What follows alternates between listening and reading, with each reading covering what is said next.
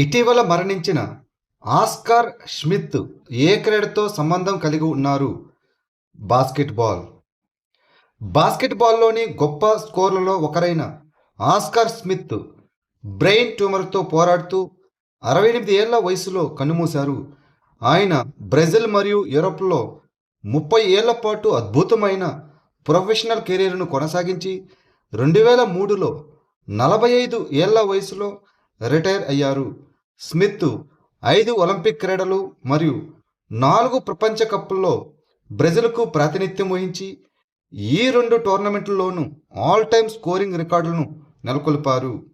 Digital మోసాలను నివారించడానికి, పౌరులకు సహాయపడటానికి అభయ్ అనే ఏఐ ఆధారిత చాట్బాట్ను ఏ సంస్థ ప్రవేశపెట్టింది?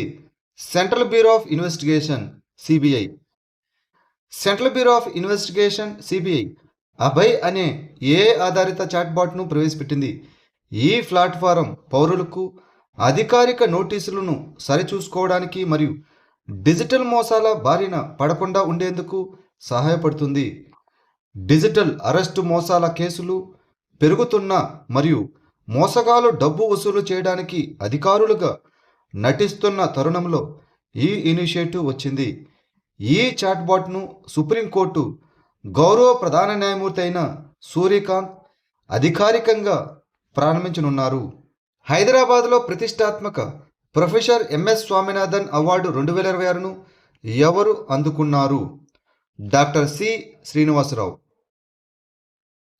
భారత వ్యవసాయ పరిశోధన సంస్థ ఐసిఏఆర్ డైరెక్టర్ మరియు వైస్ ఛాన్సలర్ అయిన సిహెచ్ శ్రీనివాసరావు 2026 ఏప్రిల్ 19న హైదరాబాద్లో 9వ ప్రొఫెసర్ ఎంఎస్ స్వామినాథన్ అవార్డును అందుకున్నారు. వాతావరణ మార్పులను తట్టుకోగల వ్యవసాయం మరియు వనరుల నిర్వహణకు ఆయన చేసిన కృషికి గాను ఈ గౌరవాన్ని అందుకున్నారు. రిటైర్డ్ ఐసిఏఆర్ ఉద్యోగుల సంఘం మరియు న్యూజివేడ్ సీడ్స్ సంయుక్తంగా ఏర్పాటు చేసిన ఈ అవార్డు ఎంఎస్ స్వామినాథన్ శత జయంతి సందర్భంగా అందిస్తున్నారు. హుస్సేన్ సాగర్ సరస్సు ఏ నగరంలో ఉంది? హైదరాబాద్.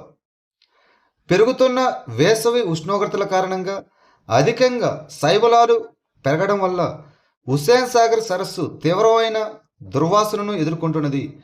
ఈ హుస్సేన్ సాగర్ సరస్సు హైదరాబాద్లో ఉన్న ఒక కృత్రిమ సరస్సు. దీనిని 1562 ఏడీలో ఇబ్రహీం కులీ కుతుబ్ షా ఆధ్వర్యంలో నిర్మించారు. ఇది మూసీ నది యొక్క ఉపనదిపై ఉంటుంది మరియు ఆసియాలోని అతిపెద్ద మానవ నిర్మిత సరస్సుల్లో ఒకటి. ఈ సరస్సును ట్యాంక్ బండ్ అని కూడా పిలుస్తారు మరియు ఇది హైదరాబాదు అదేవిధంగా సికింద్రాబాదులను కలుపుతుంది. ఇటీవల వార్తల్లో కనిపించిన కుల్సీ నది ఏ నదికి దక్షిణపు ఒడ్డున ఉన్నటువంటి ఉపనది? బ్రహ్మపుత్ర. కుల్సీ నదిపై ప్రతిపాదిత జల విద్యుత్ ప్రాజెక్టు పర్యావరణ ఆందోళన కారణంగా స్థానిక నివాసితుల నుంచి వ్యతిరేకతను ఎదుర్కొంటున్నది. ఈ కుల్సీ నది బ్రహ్మపుత్ర నదికి దక్షిణాన ఉన్న ఒక ఉపనది. ఇది మేఘాలయలోని పశ్చిమ కాశీ కొండల నుంచి క్రీ, కృష్ణీయ మరియు ఉంసిరి అనే 3 పాయల ద్వారా ఉద్భవిస్తుంది. ఈ నదిని ఎగువ ప్రాంతాల్లో క్రీ అని పిలుస్తారు మరియు తర్వాత వాయువు దిశగా ప్రవహించి ఉకియం వద్ద అస్సాంలోకి ప్రవేశిస్తుంది. ఇది కామరూప జిల్లా గుండా ప్రవహించి నాగరబేర సమీపంలో బ్రహ్మపుత్ర నదిలో కలుస్తుంది. హోర్ముజ్ జలసంధి ఏ 2 గల్ఫ్లను కలుపుతుంది? పర్షియన్ గల్ఫ్ మరియు ఒమన్ గల్ఫ్. హోర్ముజ్ జలసంధి పర్షియన్ గల్ఫ్, దీన్ని గల్ఫ్ ఆఫ్ పర్షియా అని కూడా పిలుస్తారు. ఈ పర్షియన్ గల్ఫ్ను గల్ఫ్ ఆఫ్ ఒమన్కు కలుపుతుంది. వ్యూహాత్మకంగా అత్యంత కీలకమైన ఈ జలమార్గం పర్షియన్ గల్ఫ్ నుంచి బహిరంగ సముద్రానికి చివరికి అరేబియా సముద్రానికి దారితీసే ఏకైక సముద్ర మార్గంగా పనిచేస్తుంది. ఇది ఒక కీలకమైన ప్రపంచ అడ్డంకి. 2026 నాటికి ప్రపంచ సముద్ర మార్గ చమురులో సుమారు 20-25% మరియు ధృవీకృత సహజ వాయువుల్లో 20% వాటా దీని గుండానే రవాణా అవుతుంది. 18వ బ్రిక్స్ శిఖరాగ్ర సమావేశం యొక్క ఇతివృత్తం ఏమిటి?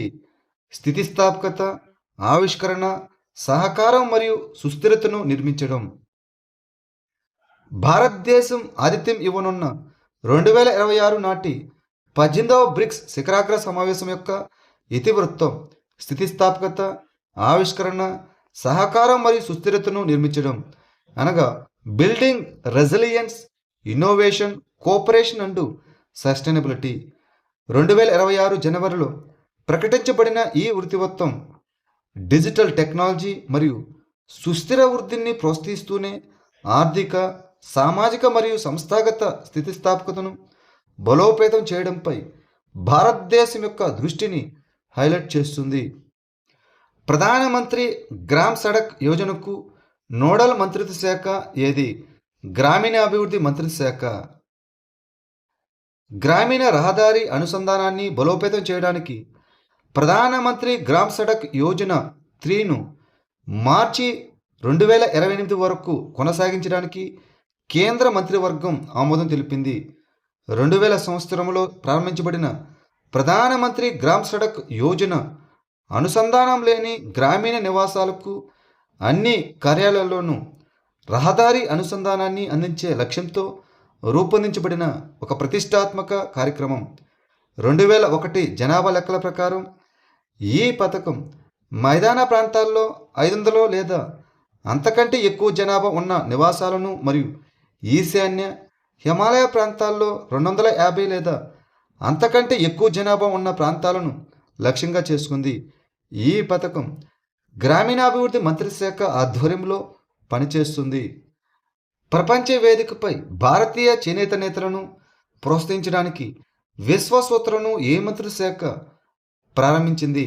వస్త్ర పరిశ్రమ మంత్రిత్వ శాఖ, ద మినిస్ట్రీ ఆఫ్ టెక్స్టైల్స్. భారతదేశపు గొప్ప చేనేత వారసత్వాన్ని ప్రపంచ వేదికపై ప్రదర్శించడానికి వస్త్ర పరిశ్రమ మంత్రిత్వ శాఖ విశ్వసూత్ర ప్రపంచం కోసం భారతదేశ నేత వస్త్రాలను ప్రారంభించింది. ఒడిశాలోని భువనేశ్వర్లో జరిగిన ఫెమినా మిస్ ఇండియా 2026లో ఆవిష్కరించబడిన ఈ కార్యక్రమం వోకల్ ఫర్ లోకల్ మరియు 5F అనగా ఫార్మ్ టు ఫారిన్ దార్శనికతకు అనుగుణంగా ఇది చేతి వృత్తుల వారిని ప్రోత్సహించడం, ఎగుమతులను ప్రోత్సహించడం మరియు భారతీయ వస్త్ర పరిశ్రమను ప్రపంచ సాఫ్ట్ పవర్గా నిలబెట్టడం లక్ష్యంగా పెట్టుకుంది. సాంస్కృతిక వారసత్వాన్ని పరిరక్షించేందుకు భారతదేశపు మొట్టమొదటి శిలా చిత్రాల పరిరక్షణ పార్కును ఏ రాష్ట్రాలు లేదా కేంద్రపాలిత ప్రాంతాలు పొందనున్నాయి? లడఖ్.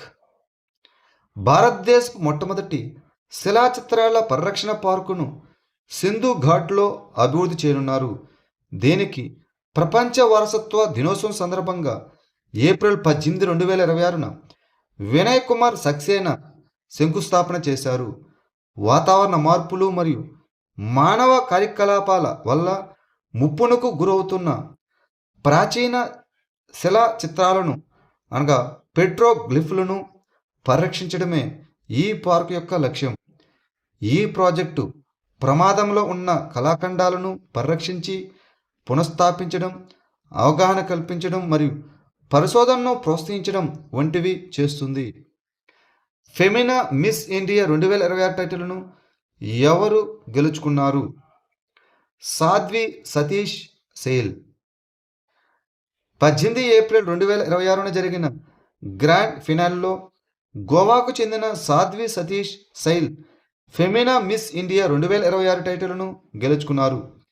ఈ పోటీ యొక్క 61వ ఎడిషన్ ఒడిశాలోని భువనేశ్వర్లో ఉన్న కళింగ ఇన్స్టిట్యూట్ ఆఫ్ ఇండస్ట్రియల్ టెక్నాలజీలో జరిగింది. భారతదేశం మరియు ఏ దేశం ద్వైపాక్షిక రక్షణ సహకారాన్ని బలోపేతం చేస్తూ ఏప్రిల్ 2026లో పరస్పర లాజిస్టిక్స్ మార్పిడి ఒప్పందాన్ని అమల్లోకి తెచ్చాయి? రష్యా.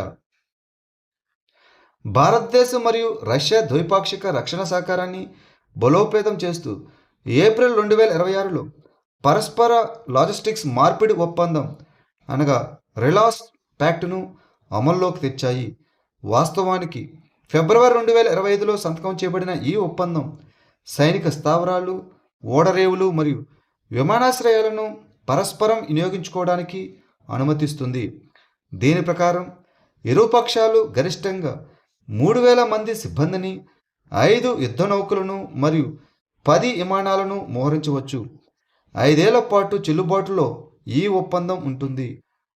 చెంచు తెగ ప్రధానంగా ఏ అటవీ ప్రాంతంలో కనిపిస్తుంది? నల్లమల అడవుల్లో.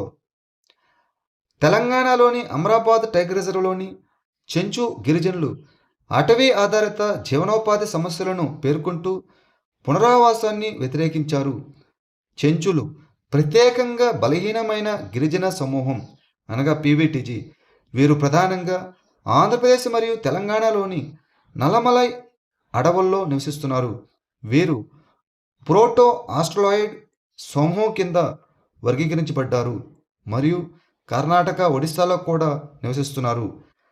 పెంట అని పిలువబడే నివాస ప్రాంతాలు బంధుత్వం ఆధారంగా చెల్లాచెదురుగా ఉన్న గుడిసెలను కలిగి ఉంటాయి. పెద్ద మనిషి గ్రామ పెద్దగా వ్యవహరిస్తాడు.